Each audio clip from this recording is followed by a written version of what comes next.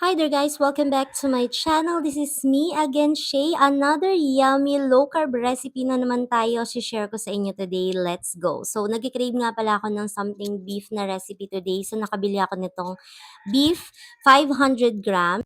Next naman is gagamit tayo ng ganitong garlic or nitong bawang. So, sa first part guys, yes, let me show you ano yung mga basic na ingredients na gagamitin natin. And then, papakita ko sa inyo kung papaano ko siya prepare. So, tatanggalin ko lang yung mga balat nitong bawang guys. And then, hihiwain ko lang yung pinakaunahan niya. Tapos, medyo ipipit-pitin ko siya and then hihiwain natin siya.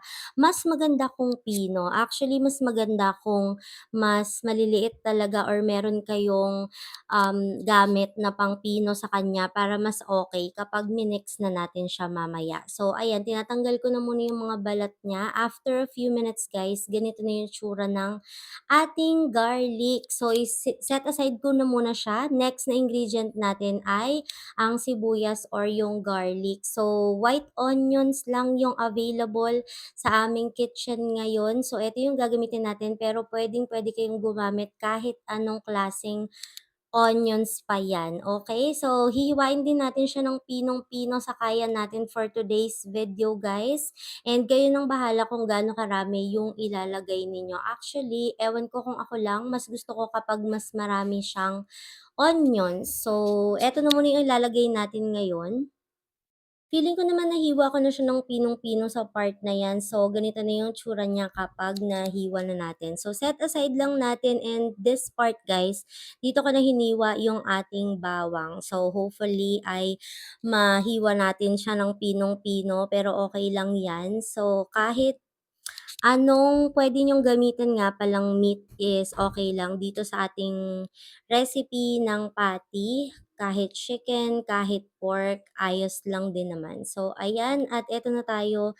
Hinihintay lang natin na maging pino ang bawang na ito and then mamaya set aside natin siya and then ready na tayo para i-mix yung mga ingredients. So, after a few minutes guys, ganyan na yung tsura ng ating garlic. So, ilalagay ko lang muna dito sa lagayan natin, then itatabi lang natin siya saglit. Let me share with you ano pa yung another ingredient, syempre yung egg. Hindi tayo gagamit ng regular flour, egg lang talaga yung gagamitin natin and then i-add natin tong salt and pepper for our basic na pangpalasa. So dito sa exciting part na to mga beshi is ilalagay na natin tong ating mga ingredients. So sa isang malinis na bowl, ilalagay na natin yung nahugasan ko ng beef. So, ganyan siya karami.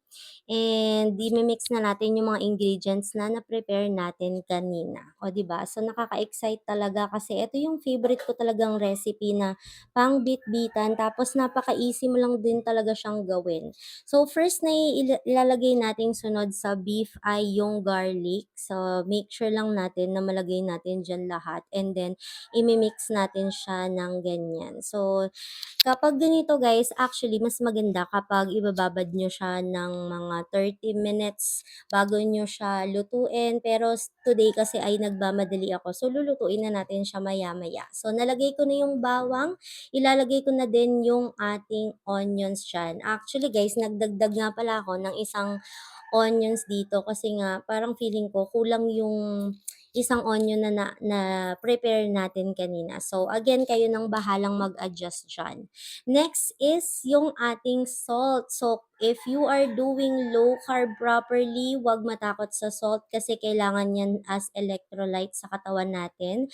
So, make sure guys na maglalagay tayo ng salt sa ating water, sa ating food for our electrolytes. Next is yung ating pepper. So, 'di ba? Ayan. So, pangpalasa, kayo na rin bahala na mag-adjust for the pepper, guys.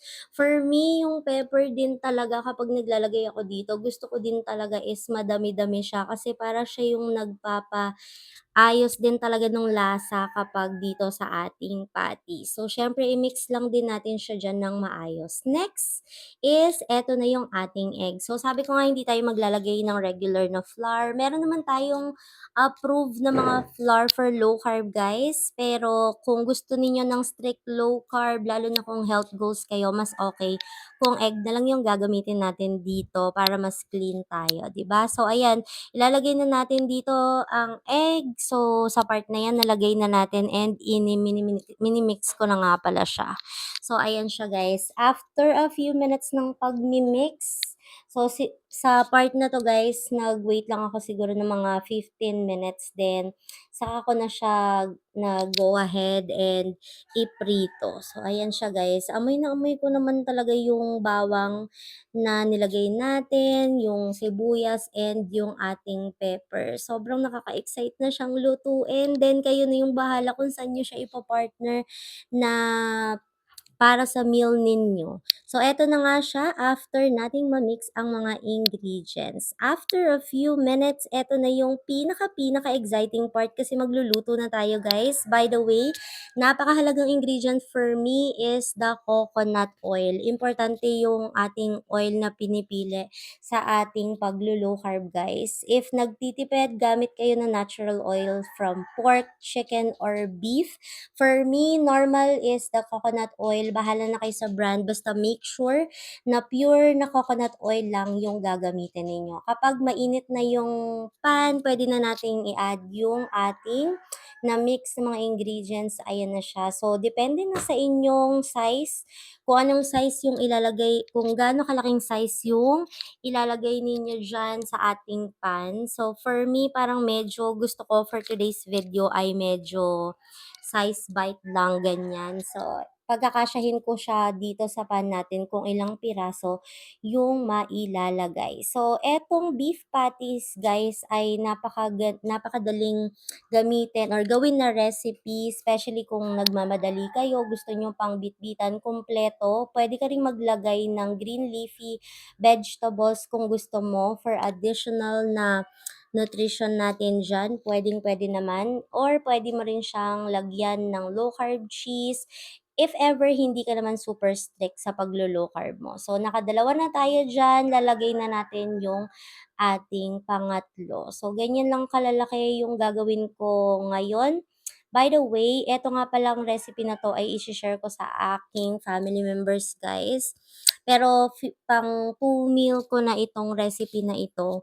Then, a-add ko na lang siya mamaya ng eggs or more. So, after a few minutes, guys, hintayin lang natin na maluto siya ng bonggang-bongga yung kabilang side. Then, mamaya, pwede na nating ilipat sa kabilang side para maluto naman yung other side natin. So, eto na nga yung part kung saan na kailangan na natin siyang baliktarin. So, kung nakikita nyo guys, wow, grabe. Ang ganda ng kulay ng ating beef patty na ito. So, ganyan na yung magiging tsura niya guys kapag naluto nyo siya. So, for me, gustong-gusto ko yung parang medyo may pagka-toasted ang atake dyan. So, hintayin lang natin a few minutes. Then, yung lahat ng nagawa nating mix ay uulitin lang natin yung part na yan para matapos natin yung pagluluto nito. So, ayan na ang ating beef patty recipe na easy and yummy mga beshi. So, eto na nga pala, pwede natin siyang i-add ng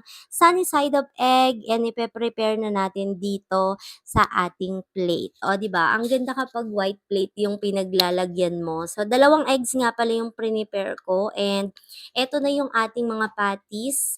Yung ibang part diyan guys ay naglagay ako ng low carb cheese na pwedeng-pwede nyo ring gawin. So ayan na siya guys, sobrang nakaka-excite kumain and by the way kapag kayo ay nagki-crave ng parang gusto niyo ay soft drinks, you can use sparkling water na lang na plain.